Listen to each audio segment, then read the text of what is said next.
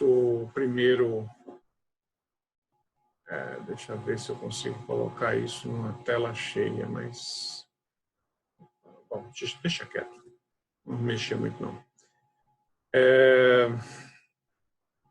Bem-vindos novamente, né? Bem-vindos ao nosso primeiro ciclo de lives, Material Intelligent Approach, uma abordagem inteligente para materiais, onde pretendemos apresentar problemas, discussões, dificuldades, coisas que procurem despertar em vocês curiosidades, né, para novos trabalhos, para o rumo da carreira de vocês, etc.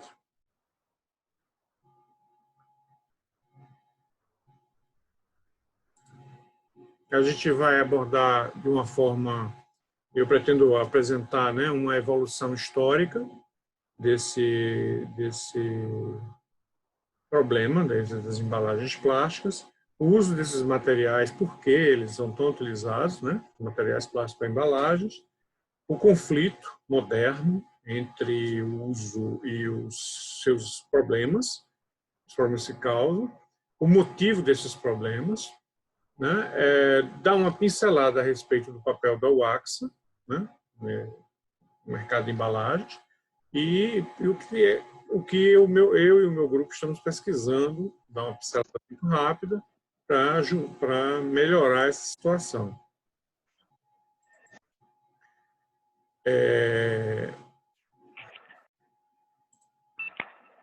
Historicamente, os plásticos eles surgiram, eles começaram a ser utilizados para esse tipo de aplicação no final do século XVIII, no final do século XIX, em 1862, quando Alexander Parkes apresentou a sua parquesina, que era uma celulóide, né? A celulóide é um derivado da celulose, que por sua vez é um polímero natural, e essa celulose mas ela é normalmente um material de difícil processamento, né? Ele como pura celulose. E o celuloide, então, são tratamentos químicos que você faz na celulose para que ela permita ser processada. E o Alexander Parkes introduziu esse celuloide à base de nitrato de celulose. Também, no final do século XIX, surgiu o celofane. O celofane surgiu da observação de um químico suíço ao ver que um copo de vinho sobre uma toalha de linho destruía a toalha, literalmente, né? Então ele pensou, por que não impermeabilizar? E tentou a celulose para fazer essa impermeabilização. Só que a celulose não aderia. Normalmente, átomos de celulose não aderiam ao tecido. Eles se descolavam como um filme fino. Ele enxergou, na mesma hora, a possibilidade de que podia utilizar esse filme fino para fazer embalagens. E começou inicialmente com coisas tipo rosas, bombons, etc. Algum problema? Todos estão admitidos. Eu não sei por que estão... Bom, continuemos. Então, o celofane ele despertou muito interesse no começo e foi gradativamente usado, apesar de possuir alguns problemas, né? Um desses problemas é que ele não grudava com facilidade, você tinha dificuldade para grudar. E ele tinha problemas também com umidade. Tá? Então, quando você molhava o celofane, com o tempo ele se dissolvia. Desculpe estar hesitando um pouco, mas ainda tem gente entrando, então eu estou colocando um admit aqui, mas nem pensei que pensava de entrar automaticamente, né? Mas ele fez uma sala de espera aqui, eu não sei para quê. Bom, coisas que a gente está aprendendo. Bom, nos anos 30, em 1930, por aí, começaram-se a ter a ideia de fazer o celofane adesivo, uma fita adesiva com esse celofane. E fez muito sucesso para a seção de embalagem, porque ele permitia a colagem. Foi feito pela 3M. Mais ou menos na mesma época, o celofane, como eu dizia, ele tinha problema com umidade, ele tinha dificuldade, por muito tempo ele era afetado pela presença de água. Então, ele, nesse meio tempo, surgiu em 1933 o policloreto de vinilideno, né? Ou que hoje que era conhecido, ficou conhecido como Saran, foi produzido pela Dow Chemical. Foi produzido acidentalmente, mas é realmente um produto horrível no começo, mas se enxergaram as possibilidades e ele foi purificado e começou a ser utilizado ostensivamente para fazer embalagens de alimentos. Observe que a data, em torno de 1930 a 1933, ela tem uma coincidência muito importante e a gente vai comentar isso um pouco mais adiante. Bom, ainda na década de 30 surgiram alguns processos, como, por exemplo, a moldagem por sopro. A moldagem por sopro gera embalagens que são utilizadas hoje para leite, para uma série de aplicações de líquidos e se tornou muito importante no segmento de plásticos para embalagem. Como é que eu admito tudo de uma vez só, hein? Bom, tudo bem, já foi. Em 1946, surgiu o famoso Tupperware, aquelas embalagens plásticas de alimentos que todo mundo tem em casa hoje em dia, à base de PAD e de polietileno de alta e polietileno de baixa. E também o uso do polietileno de baixa densidade para a fabricação de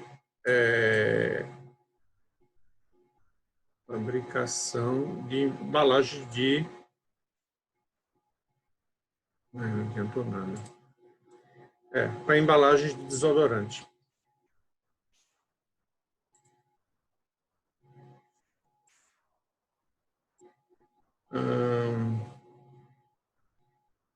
Sim, eu estava comentando que na década de 30 era um problema. De repente, esses embalagens fizeram muito sucesso. Então, a gente vai dar um contexto histórico, uma contextualização histórica, que em 1930, todo o mercado estava começando, 1930, 1933, estava começando a se recuperar da Grande Depressão. E com a Grande Depressão, naturalmente, muitas empresas funcionavam com menos empregados, incluindo os supermercados. E os supermercados começaram a oferecer o self-service. A pessoa, ao invés de você antes nas vendas, nas barracas, nas mercearias, quando as pessoas iam comprar, elas pediam ao merceeiro, ao dono do negócio, para 1 quilo de arroz, 1 quilo de feijão, 1 quilo de qualquer produto que eles quisessem consumir. Com essa falta de pessoal para atendimento, foi introduzido o autosserviço entre as pessoas. Isso que a gente está acostumado hoje a fazer, nasceu e cresceu fazendo, surgiu na década de 30. E isso também, além disso, as embalagens de plástico. Por isso, necessariamente, as embalagens de plástico tiveram um impacto muito grande, porque os consumidores mudaram a forma pela qual compravam esses alimentos e como ele entendia a qualidade desses alimentos. Ele conseguia enxergar o produto, que não era um saco plástico. Você não colocava o arroz, você colocava isso num saco de papel. Você colocava isso num saco plástico que todo mundo podia ver. Os plásticos eram transparentes e permitiam que os consumidores escolhessem os produtos sem perder a higiene nem o frescor. Podia usar a aparência sem problema. Isso dinamizou muito o uso das embalagens, né? E com isso se expandiram essas utilizações. Por exemplo, ao aparecimento do Ziploc em 54, em 1950, a parte disso foi aproveitado para desenvolver sacos de lixo, que foram inicialmente feitos para hospitais, mas que depois foram apropriados para a sociedade toda. A ideia, o povo gostou. O aparecimento do plástico bolha em 1960 para fazer embalagens, os alimentos prontos que vão direto no micro-ondas em torno de 1986, e as saladas embaladas em plástico em 1996. O que é importante de se enxergar nessa história é que o plástico veio evoluindo e o uso disso em embalagens foi aumentando muito, não, ao longo do tempo, em função das necessidades que a sociedade e o consumidor colocavam. Ou seja, não foi a indústria só que se veio com essa ideia, eu vou colocar, não. Nós gostamos da ideia, nós consumimos isso. Nós decidimos sem pensar nas consequências. Essas consequências começaram a aparecer já na década de 60, de 70, mas não eram tão visíveis, não eram tão gritantes, né? E mesmo assim, começou a se perceber que o plástico seria um problema. E começou a se procurar alternativas. Essas alternativas, uma delas, por exemplo, é tentar substituir esses plásticos que nós conhecemos, os plásticos mais comuns, por plásticos biodegradáveis. Aqui nós temos um slide mostrando um copo de plástico sendo degradado ao longo do tempo. Esse copo de plástico era produzido em PLA, em ácido polilático, e foi um plástico descoberto, inventado ou criado em 1920, né? Mas que só foi mesmo desenvolvido a partir do milho por volta do ano 2000. Essas embalagens, essa pressão que a sociedade faz para o consumo e naturalmente, essa forma como a indústria entende essa pressão, sem regulá-la, tá certo? Continua sendo bastante atual. Por exemplo, em 2010, foi introduzido as embalagens com metalite. E o metalite são essas famosas pacotinhos de batata frita, etc., que é uma camada de polipropileno com uma camada de alumínio por dentro para depositar a vácuo. Qual é o problema dessa história? É que uma mistura de dois materiais tão diferentes e em quantidades tão pequenas, porque o alumínio que você deposita ali é uma quantidade pequena, porém, essa quantidade inviabiliza a reciclagem dessa embalagem. Também, ao mesmo tempo, você não consegue nem reciclar nem como metal, nem como plástico. A quantidade é muito pequena para ser reciclado como metal, e como plástico ela é contaminada pelo alumínio, então não tem como fazer. Mas, afinal, o que é que leva, né, esse uso tão interessante? Por que é tão interessante para usar esses materiais plásticos? Por várias razões, é uma lista enorme.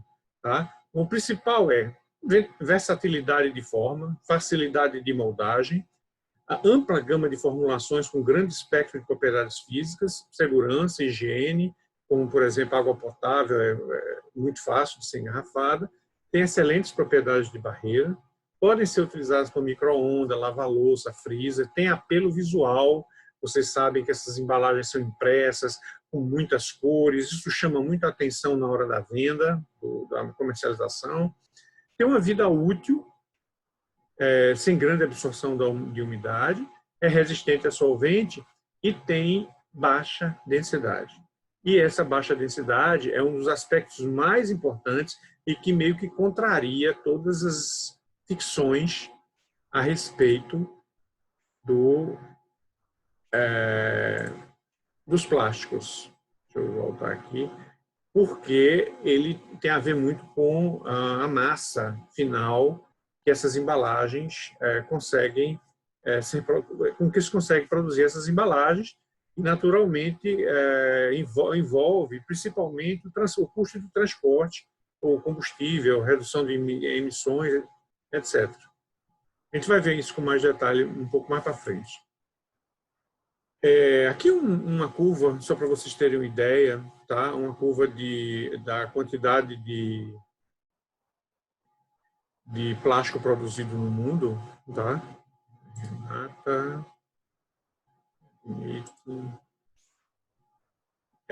A produção chega a 335 milhões de toneladas em 2016, 40% disso é voltado para a indústria de embalagens.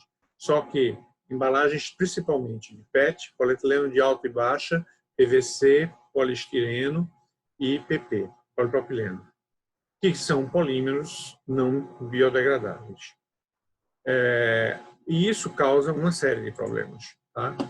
Vejamos, na produção europeia de plásticos, 40% do material desses materiais são usados para aplicações descartáveis de uso único. Tá?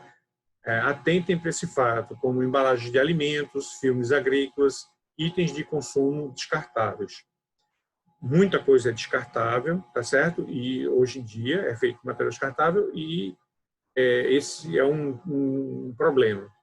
20% é feito para infraestrutura de longa duração, tubos, revestimentos de cabos, materiais estruturais. 40% para aplicações de consumo duráveis com vida útil intermediária, como bens eletrônicos, móveis e veículos.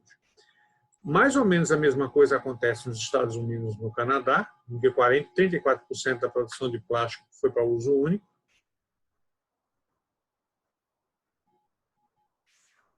Boa notícia, a Zoom acabou de me informar que não tirou o limite de 40 minutos. Beleza. Então, a gente vai continuar sem precisar refazer a reconexão. Muito bem. A China, continuando. Então, além da Europa e do Canadá, a China também tem cerca de 33% da produção de plástico para itens de uso único. Agora, o problema é que desses produtos de uso único, na Europa, quando ele chega às correntes de resíduos sólidos, eles beiram os 62% eram voltados à embalagem, né? E que esse plástico é a principal fonte de desperdício de plástico, seguido por resíduos derivados de bens intermediários, como eletrônicos, equipamentos elétricos e veículos. Quando você utiliza um plástico dentro de um veículo, mais ou menos você sabe que isso, em 10 anos, esse material vai ter que ser reciclado, né? Ele perde, mais ou menos, vai perdendo as propriedades a partir de 5 anos. Então, a partir você começa a ficar quebradiço e ele vai, com o tempo, precisa ser trocado. Bom, e isso trouxe muitos problemas. Problemas ambientais com espécies ameaçadas, né, com o consumo de plástico por animais marinhos, problemas com lixo nas nossas cidades, nos aterros sanitários crescem para todos os lugares, por mais que você civilizado que você pensa, geralmente tem alguém que tem sempre algum tipo de aterro sanitário. Para a utilização ostensiva de materiais da indústria no sistema hospitalar. E isso se tornou um problema muito grave na sociedade atual. E tudo que o mercado deseja, na verdade, é um ciclo perfeito, ciclo de vida perfeito, né? Esse ciclo que o material cumpra suas funções comerciais e depois simplesmente desapareça. Desapareça por reciclagem ou reutilização, ou seja, que alguém, e não sou eu, não é você, não é alguém, pegue essa embalagem e dê um fim para ela, tá certo? Que desapareça porque alimenta as bactérias e os fungos do meio ambiente, quando for descartado, tá certo? Novamente, alguém vai fazer, não é você. E desapareça ao ser exposto à luz e ao ar, tá certo? Mas só depois de descartado, né? É como se a embalagem tivesse um timer de necessidade. Eu deixo de ser necessário, eu deixo ela se sente desnecessária e some. Alguém cuida disso, alguém resolve o problema. E isso não é bem assim que acontece, né?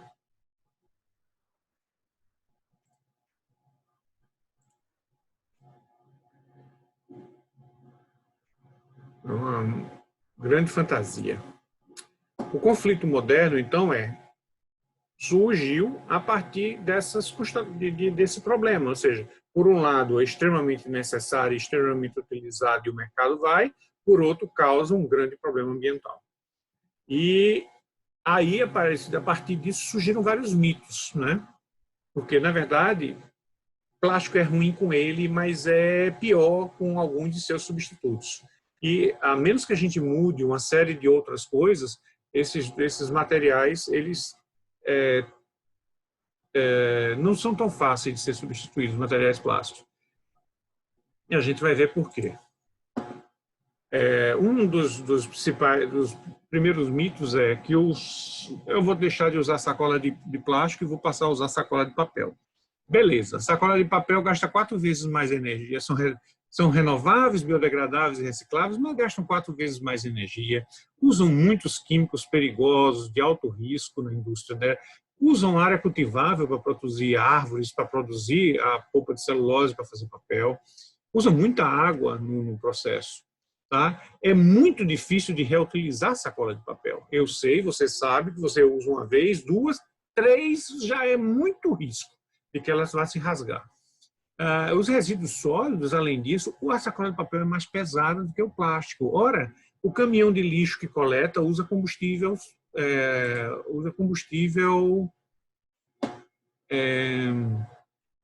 fóssil, né? E polui o meio ambiente e vai gastar mais se ele tiver que transportar mais peso ou maior volume de material, né? Então, sem falar que o papel depois vai gerar de 5 a 7 vezes mais gases do efeito estufa. Ora, qual é a vantagem de usar o papel? Ah, não. Tudo bem. Sacola de plástico? Ah, não vou usar não. Eu vou usar sacola reutilizável. Beleza. Aí a sacola reutilizável é de não tecido de polipropileno. Beleza. No mínimo, você vai ter que utilizar essa sacola por 52 vezes. Ela tem que durar no mínimo 52 vezes. E depois, naturalmente, você deve encaminhar a reciclagem se ela não resistir a essas 52 vezes. Quando ela é muito boa, tudo bem, legal, beleza. É uma boa alternativa. É a alternativa que a gente usa, né? Algumas pessoas podem dizer sim, mas é uma sacola de plástico do mesmo jeito, né? E às vezes não vai conseguir reciclar, o peso não é tão grande. Tudo bem. Então vamos fazer uma sacola de algodão orgânico. Só que para ser orgânico, de algodão, né, que é orgânico e biodegradável, beleza, ele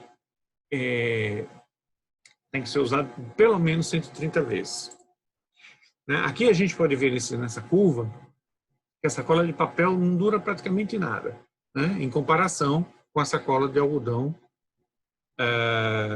a chamada cotton bag. A sacola vai até 130 vezes para comparar, né? Outra alternativa, não, vamos fazer tudo bem, então pelo menos vamos tentar fazer o plástico, a sacola de polipropileno, que é mais em conta, mais barata, etc. Vamos tentar fazer com um plástico de mandioca. Pelo menos a gente está usando uma matéria-prima sustentável. Beleza, né? Existem soluções com amido de mandioca, batata, arroz, para a fabricação dessas sacolas, né? Isso é muito publicado. Volta e meia passa na frente e os alunos, vocês alunos, vêm para mim e perguntam: professor, mas aí estão fazendo de mandioca, legal, né? É legal, num planeta que tem 2 bilhões de pessoas passando fome, tá certo? Que não tem acesso, segundo a ONU, a alimentos limpos e nutritivos. Ou seja, a gente vai tirar alimento para fazer sacola plástica para o supermercado. Beleza, mas não é uma boa ideia, não. Então, qual é a solução, no final das contas? Manter um pouco das embalagens plásticas e, naturalmente, evitar algumas coisas, algumas práticas comuns. Por exemplo, tá? Coisas que não se percebe, e realmente isso me chamou atenção muito recentemente. Embalagens de plástico opaco ou colorido. Ora, quanto mais você utilizar corantes ou você corar diretamente a matéria plástica, você usar corantes ou pigmentos nesse material, mais você vai ter problema na reciclagem. Ou seja, você não vai obter um material nobre se todas as embalagens que você usava para processar, cada um for feito de uma cor diferente. Existe muita dificuldade com caixas caixas e embalagens tipo Tetra Pak, tipo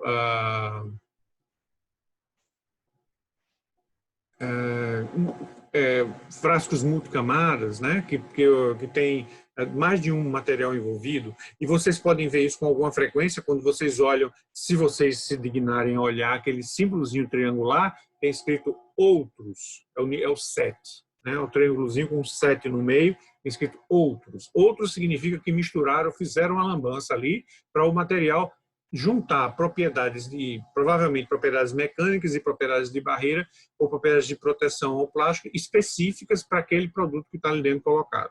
E aí, naturalmente, é muito difícil de você reprocessar um material que já é misturado, né?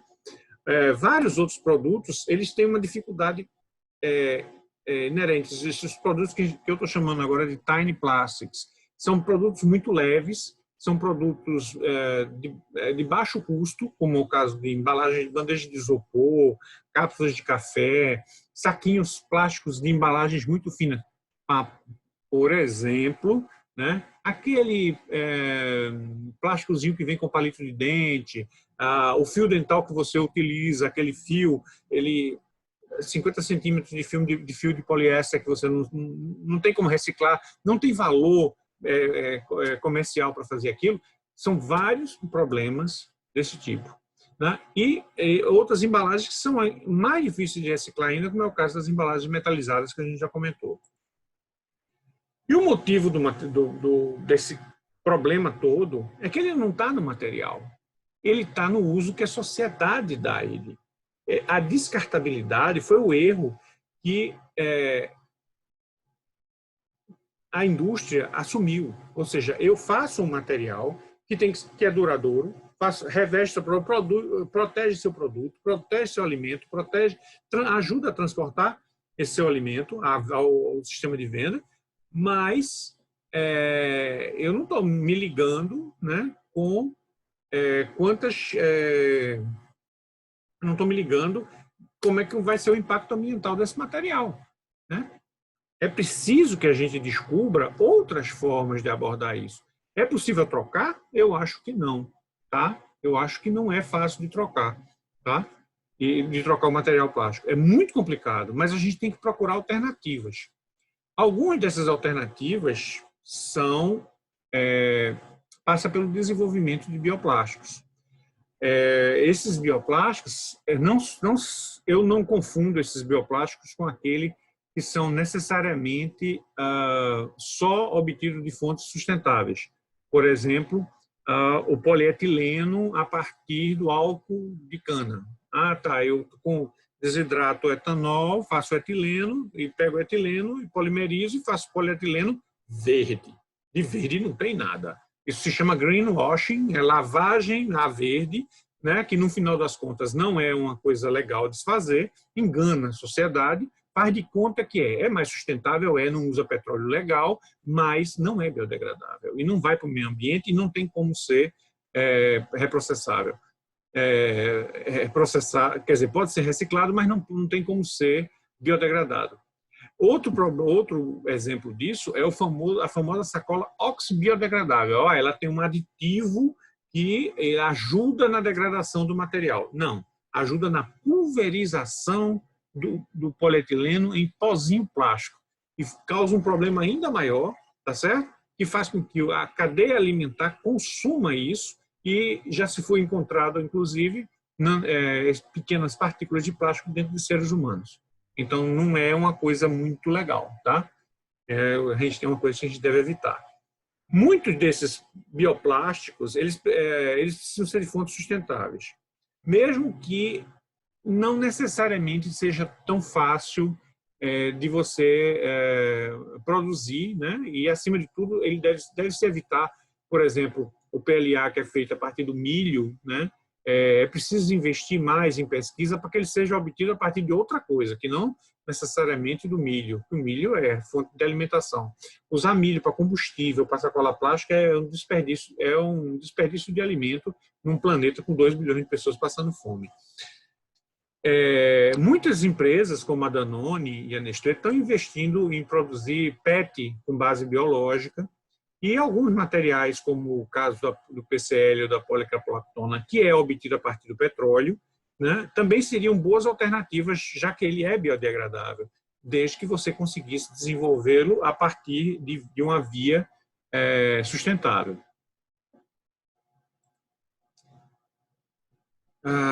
Realmente a mensagem que é importante dizer para vocês é que, como a gente viu, né, muita coisa do uso do plástico dentro como embalagem hoje em dia é derivado do fato de que a nossa sociedade, nós como consumidores, participamos dessa cocriação, digamos assim.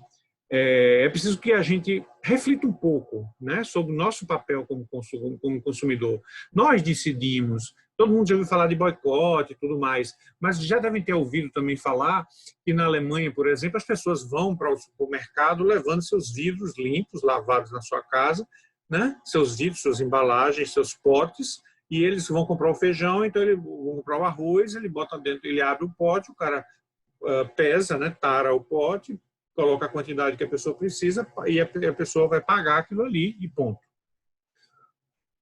E com o mínimo de papel, de etiqueta, de tudo para evitar mais poluentes. No final das contas, você vai ter que tirar isso no final para fazer uma nova lavagem. Então, a gente precisa ter esse poder lá na Alemanha. Isso aconteceu porque as pessoas estão atentas, né, ao lixo que está sendo gerado cada vez que ele compra, que ele passa na padaria e faz uma compra para o jantar, com 4, 5 itens, e quando termina o jantar, ele gerou um saco de lixo só com o jantar de 4 pessoas. Um jantar, 4 pessoas. E aí vem embalagens de queijo, embalagens de pão, de salgados, etc. Tudo isso vai tudo para o lixo só. Então é preciso que a gente tenha reflita sobre esse nosso poder como consumidor. Que, ao mesmo tempo, que a gente recuse aquilo que a gente não precisa. Gente, a gente consome muita coisa às vezes, pelo simples fato de que, tenho dinheiro, vou e compro. É bonitinho aquilo ali, eu vou lá e compro. Sem parar para pensar se você precisa daquilo. A gente precisa tentar reduzir o nosso consumo ao necessário, né? Não é porque não existe motivo para a pessoa dizer, não, eu sou melhor porque eu tenho que trocar o celular todo ano. Troca o celular quando quebrar, pô. Troca o celular quando ele não funcionar mais. Troca o celular quando ele for uma barreira para o seu trabalho ou para a sua atividade. Aí você troca o celular, mas trocar o celular só porque ele ficou bonito. Não, ele está feinho, ele está aparecendo. Você não existe. Enquanto ele estiver funcionando, ele tá bom. Você consegue comprar uma capinha extra se a capinha quebrou, trocar o vidro se for preciso, manter funcionando, reparar, consertar aquilo que você já tem para que não tenha que comprar outro. Reutilizar na medida do possível, tá? E evitar todo o custo de descartáveis. A gente tem que pensar nisso. Não é tão fácil. Eu estou lhe dizendo que, mesmo aqui em casa, tanto eu como minha esposa, a gente controla, a gente fica em cima, a gente vê, mas a gente percebe que a sociedade, o mercado não oferece alternativas. Ou você não come, ou você consegue se manter evitando esses descartáveis. É preciso reciclar aquilo que você não pode reutilizar. Se não dá para reutilizar, cria um saco, põe um saco limpo, que a gente chama aquele saco limpo, né? Onde tudo que vai para aquele saco é embalagem para ser reciclada. A gente prepara um saco desse, vai o saco de lixo úmido, de lixo que não tem condição de fazer isso, e tem o saco de lixo limpo, que vai para reciclagem, já vai bonitinho lá, a gente bota um papelzinho dizendo lixo, a gente sela o saco no final, né? E põe lá lixo reciclável. Tem que ter essa atenção. A gente precisa reincorporar à terra tudo que for resíduo orgânico. Todo mundo deveria fazer compostagem. Em vários países do mundo isso já é obrigatório.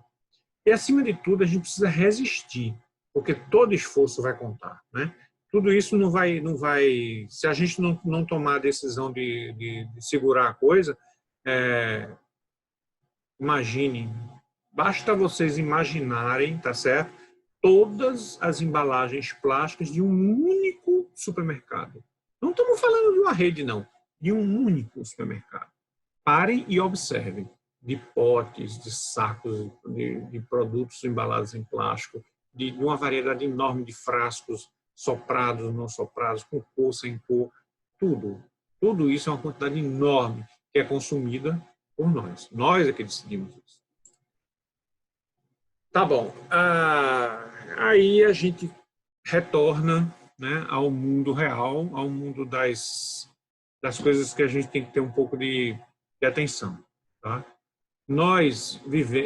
A UAXA foi concebida com a ideia de, estando perto do polo industrial de Suape e, na verdade, de todas as indústrias nas cercanias, né, poder oferecer um quadro de formação de alunos voltados para esses segmentos de mercado. No redor do cabo ali de onde nós estamos, nós temos uma grande quantidade de empresas de embalagens, tá? Que elas trabalham desde o PET, filmes, tampas, etc., para o segmento de embalagem, até fabricação de filmes, fabricação de filmes que vão depois ser produzidos e gerados como embalagem e tudo. Então, esse segmento é um segmento muito importante, até para vocês que vão fazer estágios, tá certo? E é importante também que vocês entendam que todas essas empresas, elas são onde vocês vão bater, onde vão fazer estágio. Neste momento, no momento em que você sai da escola e você vai fazer um estágio nessas empresas, o grau de influência que você tem é pequeno. Porém, se vocês se antenarem, se vocês pensarem nas possibilidades, se vocês acompanharem o que está sendo desenvolvido no mundo afora e pensarem em propostas, vocês vão entender que existe sempre a possibilidade de, trabalhando nesses locais, serem capazes de influenciar, né, na adoção de novas linhas de trabalho, de novas linhas de plásticos, né, que possam ser utilizados para as embalagens e, ao mesmo tempo, tem um impacto ambiental menor, né, ou participar de processos onde essas embalagens são desenvolvidas e utilizadas e pensar nos processos de logística reversa, de receber elas de volta, de reprocessá-las, enfim, né, de achar soluções para que aquele trabalho que você tenha dado não vá bater no lixão, tá? Que eu acho que vai ser uma coisa que precisa de um pouco de sensibilidade, a pessoa ver que fabricou um determinado tipo de embalagem e de repente está vendo aquela embalagem no lixo, na calçada da própria casa, por exemplo, não é uma coisa muito legal, né? Realmente, daquelas 8 R's que eu falei, os 8 R's para o futuro, 6 dessas 8 R's são coisas que dependem da gente. É decisão nossa. Então, somos nós que temos que olhar para isso. E apenas 2 são áreas em que a gente pode pensar em trabalhar. Ou seja, desenvolver alguma forma de uso com resíduos, para reincorporar à terra os resíduos orgânicos, reciclar aquilo que a gente não pode reutilizar e tentar sempre, na medida do possível, trabalhar com reciclagem, com com materiais que possam ser reciclados em si, né, que possam ser que voltarem ao meio ambiente sem prejuízo para a sociedade, né? Bom, o que nós estamos fazendo dentro desse eu tenho um grupo que trabalha numa pincelada rápida, um grupo que trabalha com filmes, né, produção de filmes.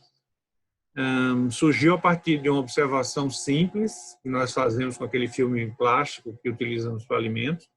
Aquele filme plástico, ele pesa nada, a cada uso que você dá, a quantidade de material plástico ali pesa nada, mas esse pesa nada significa anos para serem degradados, tá? Então, minha ideia é a utilização da policaprolactona, né, uma modificação de nanopartículas de lignina de bagaço de cana modificada. E a ideia de usar esse polímero, que não é um polímero sustentável, porque é uma ideia basicamente em face do que a gente tinha.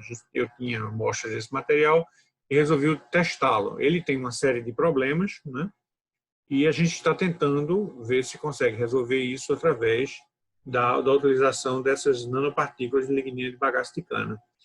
A lignina de bagaço de cana é um produto natural, naturalmente as bactérias gostam desse material, o PCl também é biodegradável, então a ideia é que isso de alguma forma controle, né, o processo de degradação.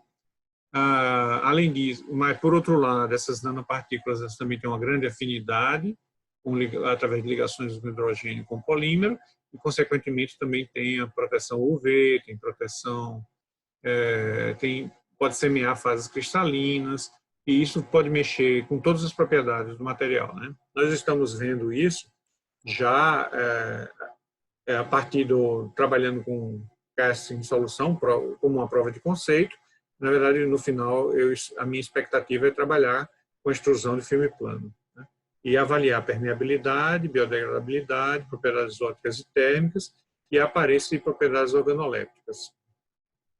Ter certeza realmente que a gente está trabalhando com nanopartículas, ter um efeito específico de aumento do ponto de fusão, e aumentar, verificar como é que está a permeabilidade, se está basicamente parecida com aquilo que a gente tem no mercado hoje. O experimento de permeabilidade foi o mais fácil de ser desenvolvido, isso já foi feito, né? E ele é um experimento relativamente simples, que a literatura descreve como colocar dentro de um dessecador lacrado, 2 potes com sílica gel. Cada pote é fechado com um filme de amostra, né? E existe um pote de água que satura o ambiente de umidade. E essa umidade permeia através do filme e é absorvida pela sílica gel, aumentando a massa, né, de cada pote. Então, basta o acompanhamento dessa massa e a gente percebe, por exemplo, que o filme padrão, que é o filme de polietileno de baixa, ele é mais fino, tem 23 microns, industrialmente produzido, né? E os nossos filmes, quando ficam muito finos, rompem com facilidade, então eles precisam, um tratamento precisa ser um pouco diferenciado, precisa ser um pouco mais grosso, de qualquer jeito, e isso faz com que eles absorvam mais ou menos a mesma quantidade de água, porém num tempo muito mais curto. Então, o tempo de vida aqui é mais curto, se a gente for da embalagem, né? E claro que a gente está estudando o padrão de saturação e quanto o máximo de saturação que está sendo obtido. A gente já consegue comprovar também, através desses filmes, eles têm uma alta absorção, o PCL aditivado ele tem uma alta absorção no ultravioleta. Enfim, o projeto está andando e a gente vai ver como é que vai resolver isso mais no futuro. Essa é a minha equipe de participantes, que eu espero que esteja aqui dentro assistindo essa aula, a Juliane, a Manuela, o Ginaldo e o Rafael. E a gente está contando agora com o apoio, né, do pessoal do DQF e do DEC da UFPE, que ajudam fornecendo laboratório, instalações para a gente utilizar, e alguma coisa é feita, os trabalhos lá mesmo, lá na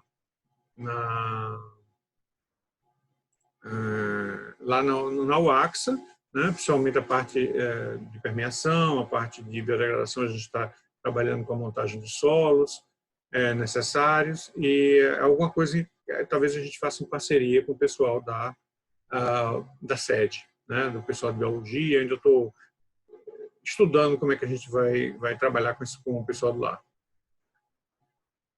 Bom, eu vou abrir agora a sessão de perguntas. Vocês sintam-se à vontade para perguntar o que quiserem. Se tiverem muito tímidos, não quiserem perguntar em público, vocês têm a possibilidade de me procurar através do e-mail, ou através do meu Facebook, ou pessoalmente na sala 504, quando a gente retornar. E fico sabendo que aquelas pessoas que tiveram vontade de participar, de serem, eu quero me envolver com esse tipo de assunto e tudo mais, pode nos procurar, porque eu estou sempre procurando colaboradores curiosos e realizadores. Deixa eu dar uma olhada no chat, como é que ficou a história, porque... deixa eu ver se eu acho... Cadê o chat? O slide vai ser disponibilizado em algum local? Desculpe, um pouco mais alto. O slide vai ser disponibilizado em algum local? Vai posteriormente ser colocado no Siga, tá certo? Eu tenho uma comunidade, mas eu acho que eu vou ver onde é que a gente pode colocar isso. A gente eu acho que o mais provável é que a gente crie uma seção única e todos esses trabalhos sejam publicados lá, aberto a todos os alunos de materiais ou da UAXA, digamos assim, que tem acesso ao Siga, né? Bom dia, pessoal. Alô? Dia. Oi, Oi. estão ouvindo? Rogério, a gente está com o canal da UAXA, tá? E aí a gente vai disponibilizar todas as apresentações nesse nosso canal da UAXA do YouTube. Então, o aluno pode se inscrever. A gente já está juntando, o Maurício já está organizando isso para deixar disponível todas as apresentações que a gente está fazendo nesse ciclo de palestras agora, tá ok? Ok. Então, semana que vem a gente vai dar mais informações direitinho sobre o canal, tá? Mas o professor Maurício ele Beleza. já está juntando todas as apresentações para colocar lá, tá ok? Beleza, beleza, beleza. Não, eu estava na expectativa mesmo de que fosse guardado essa apresentação. Não sei muito bem como funciona aqui no Zoom, o que é que o Zoom está gravando. Está gravando o vídeo, está gravando o som, só está gravando o som, está gravando a questão de slides, enfim. É interessante porque a gente está aprendendo enquanto está fazendo, né? Eu sempre acho que é sempre melhor fazer assim. Mais alguma pergunta interessante? Mais algum interessante? Deixa eu ver. Cadê o meu? Boa tarde, Valério, bom dia. Bom dia. Eu acabei de entrar na Lattes, estou no primeiro período ainda, Ok. só assisti um dia de aula antes da quarentena começar, mas eu queria saber se tem algum projeto para quem está começando agora, que pode se inteirar, como eu faço para entrar nesse tipo de projeto de engenharia de materiais. Sim, também ia Olha, comentar isso. bom, de forma de linhas gerais, tá certo? Todos os professores eles têm suas linhas de pesquisa. Alguns já estão com. Eu disponho eu estou com 3 linhas de pesquisa diferentes. E aí cada professor tem a sua. É um pouco difícil quando a pessoa entra no começo e ela não tem muita fonte para se seguir. Eu estou editando as páginas na página do curso de Engenharia de Materiais, dentro do site de Engenharia de Materiais, dentro da UFPE. Eu vou ver se eu pego o endereço e posto para vocês também depois. Tem uma página chamada Pesquisadores. E dentro aí você vai ver as linhas de pesquisa que cada um está trabalhando, né? O pessoal está colocando. E tem o acesso ao Lattes também. O Lattes é uma boa fonte de informação a respeito do trabalho de cada pesquisador. Aí você pode entrar nessa seção de pesquisadores para pegar uma ideia básica e aí estudar o Lattes daquela pessoa que você quer orientador. Em seguida, você bate na porta e te oferece, né? Porque a gente não vai adivinhar quem é que está. Procura o professor, conversa com ele. Todo mundo é mais ou menos acessível, tá? Às vezes um pouco mais complicado. Às vezes as pessoas não têm vaga, mas a gente vai fazendo. Uma coisa importante que deve ser ressaltada é o seguinte: por mais que a gente gostaria, não é tão fácil. Hoje em dia está muito difícil conseguir bolsa. Então é muito fácil a gente conseguir o trabalho voluntário das pessoas. Se você for voluntário a disponibilizar certo número de horas naquele trabalho, é mais fácil. É sempre uma coisa muito complicada no presente momento, mais alguns professores. Eu, por exemplo, não tenho tanta facilidade de conseguir. Mas é uma coisa a se tentar, né? Eu espero ter respondido. Mais alguma dúvida, não?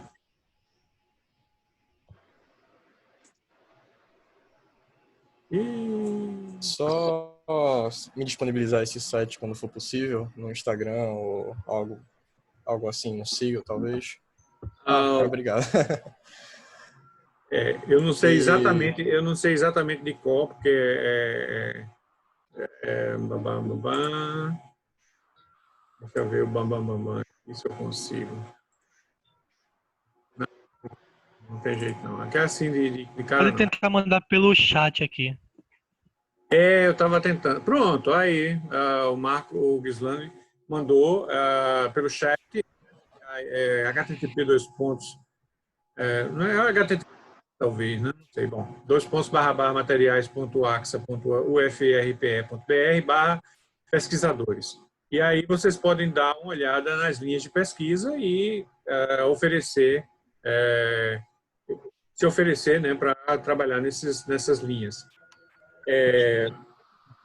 A gente ainda está no momento, tá certo? De alguns grupos estão mais avançados, têm mais recursos, outros grupos têm menos recursos, menos facilidade para poder fazerem pesquisa. A gente tem meio que se virar nos 30 para fazer isso.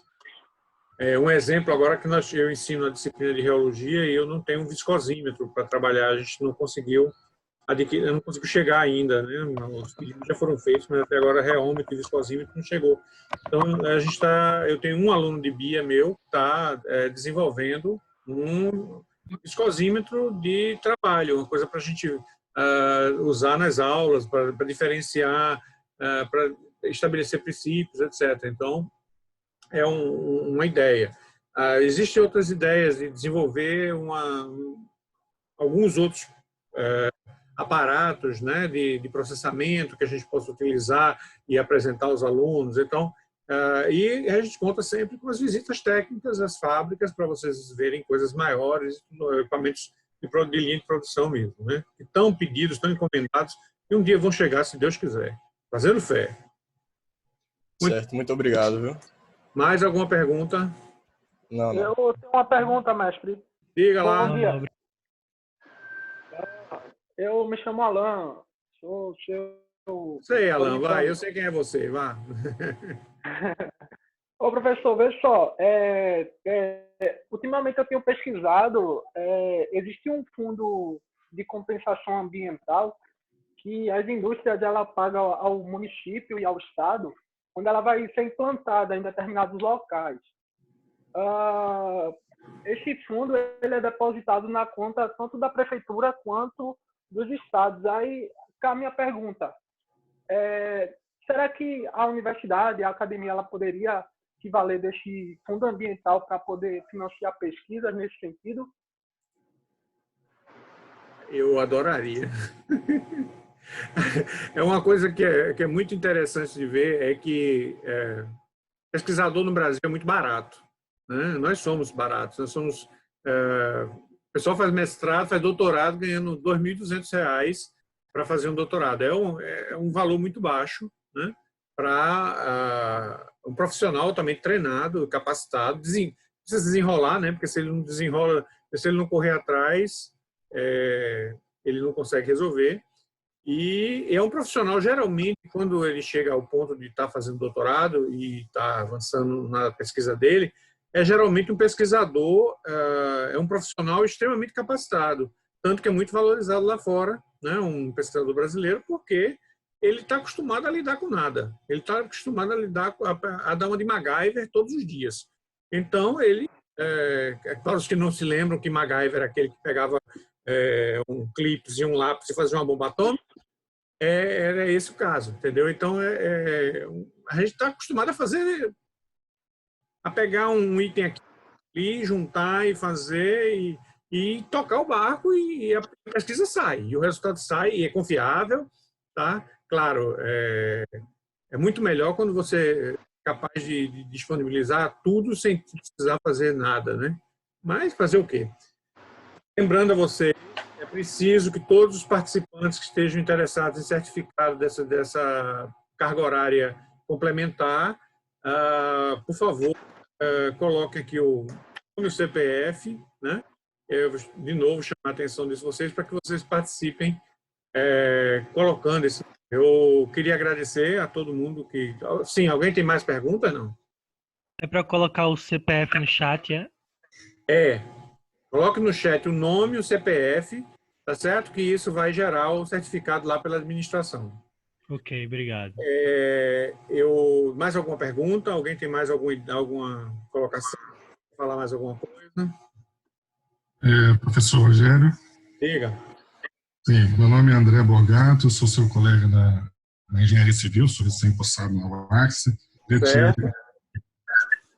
Parabenizar pela apresentação, é um tema que eu já militei há algum tempo durante o meu doutorado, porém numa outra área, mas meu tópico foi, eu estive fazendo meu doutoramento, justamente analisando a influência da quantidade de plástico que nós temos nos nossos arquivos, né? Então, eu fui para lá para poder entender um pouquinho mais sobre a influência mais no lado de propriedade mecânica e o que traz grande benefício para a área de estabilidade. Mas a gente sabe que o plástico realmente é uma problemática, né? Esse benefício ele é praticamente inócuo, né?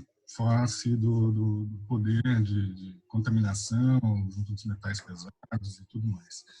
Eu vou fazer uma complementação do que você falou. Um dos pontos que me chamou muita atenção é realmente em relação à educação, né? Vou colocar assim, por que o alemão ele tem essa cultura de reciclar? Ele vai no supermercado, por exemplo, com as suas embalagens, e eles, o que motiva, né? Talvez a gente imagine que seja sem nenhum demérito, né, para a cultura alemã, mas o grande impulsionador disso é um dos grandes impulsionadores, né, dessa forma, é o fator financeiro. Porque ele consegue revelar claramente que se ele levar a sua embalagem, ele sabe qual é o valor que ele vai ter de desconto na hora, né? Se ele for levar uma garrafa, se ele for levar algum outro recipiente, ele consegue ver isso materializado. E a gente tem muito essa dificuldade, né, na nossa cultura. A gente vai no supermercado, compra um produto, qualquer meio de consumo, a gente despreza o valor do custo da embalagem. A embalagem não é gratuita, a gente paga por ela, né? E depois a gente acaba fazendo esse descarte. E em conversa com meus colegas lá na época, eu queria entender um pouco como isso funcionava, e todos foram muito unânimes. O problema é que a gente paga, e a gente paga muito. Então, lá tem isso foi há 10 anos atrás, que eu estive lá durante alguns anos, e hoje provavelmente está um pouco diferente, mas esses postos de entrega voluntário, né, que no Brasil hoje já tem em vários locais, a gente tem aqui na nossa cidade, isso já está sendo difundido, isso era uma coisa muito comum lá. E a utilização disso dava por um fator pelo seguinte: um dos grandes buscadores era que ele poderia fazer a sua devolução dos materiais para reciclagem nesses postos, para evitar, porque se ele colocasse na sua lixeira, né, no seu container, ele ia pagar por isso, né? Todo habitante, todo morador, seja um condomínio, uma casa, ele paga pelo serviço de coleta e destinação, e paga por peso, às vezes até por volume, dependendo muito do tamanho da cidade, da estrutura da cidade. Uma das alternativas é que ele pode fazer isso de forma voluntária, em ponto, né, de voluntário, obviamente que aí ele não seria taxado, né? Então isso foi um dos grandes impulsionadores, e eu acho que depois, com o tempo, isso acabou entrando na rotina, e também, bem óbvio, a evolução da consciência, né, da importância da reciclagem e tudo mais. Isso fez o nosso drive, né? A gente tem que pagar mais coisas, né? A gente já paga muitos impostos e tudo mais, mas é interessante a gente analisar por esse lado, porque se a gente for pensar no passado, fazendo alguma analogia com o uso de cinto de segurança, entre outros, infelizmente foi dessa forma que a cultura foi consolidada, né? André, essa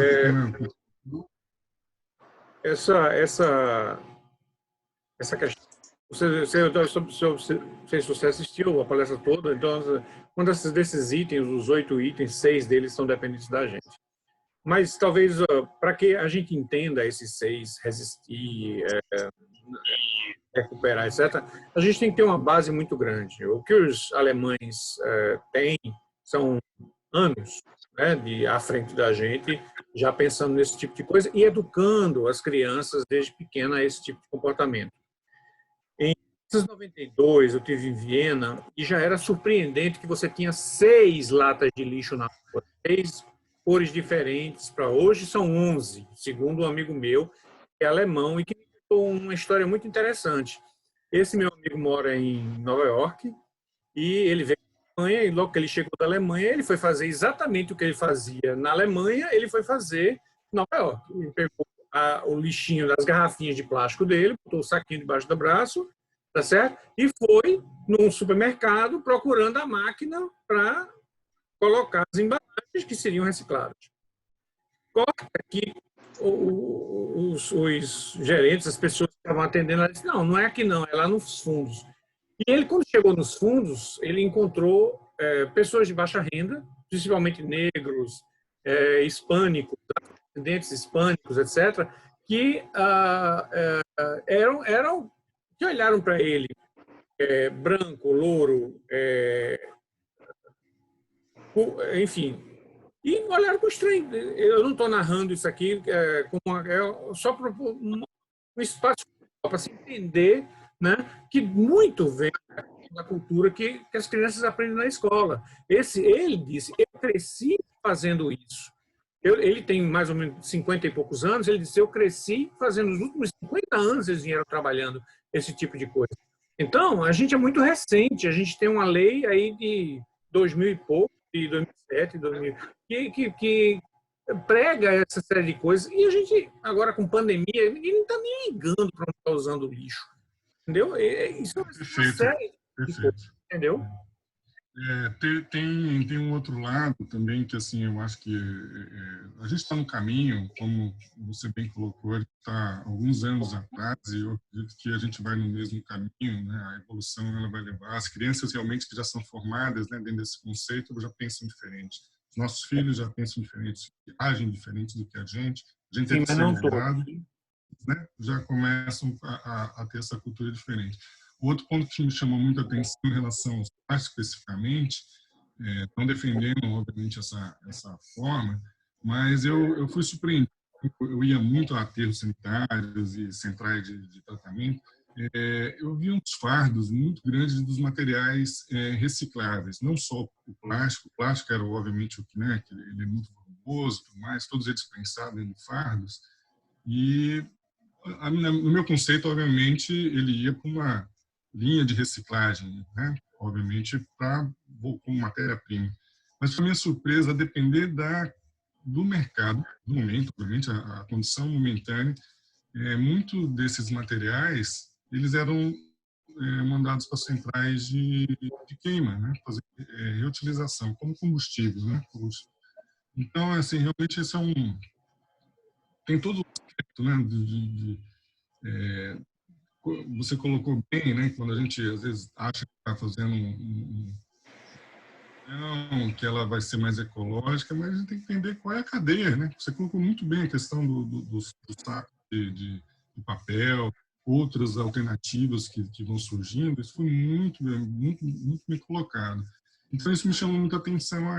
Então parecia como se fosse alguma traição. Poxa, eu estou fazendo reciclagem na minha casa, estou separando, colocando material, né? Esperando que ele vire novamente material que poupe a natureza, né? De fazer plástico e tudo mais, e ele estava indo para gerar energia. Mas, se a gente olhar isso numa cadeia um pouco maior, talvez dentro de um balanço geral, né? Uma análise mais fatores ambientais envolvidos e econômicos que fazem parte, provavelmente faria sentido dessa aplicação. Obrigado. Desculpe. Continue. Agradeço a oportunidade e é bom saber que tem um colega que faz um trabalho de pesquisa tão interessante, tão próximo. Parabéns. Okay. Valeu, obrigado pela participação, André. Só um detalhe. Não quero ser pedante, nem chato, nem nada, mas assim, a gente faz uma parte da gente, né? Tudo bem, é aquela história eu moro num prédio que tem um lugar próprio para você colocar reciclado. A gente foi falar com o zelador e perguntou, ei, como é que faz? E passa alguém aqui para pegar? Não, a gente mistura com lixo normal. Tá fazendo o quê? Aí a gente não faz isso, a gente bota num saco plástico e leva num local onde passa um reciclador, que a gente já sabe, já conhece, etc. E a gente deixa isso, a gente leva do carro, o lixo, naturalmente, hoje em dia, com 1 litro de água sanitária lavando o sacão, né?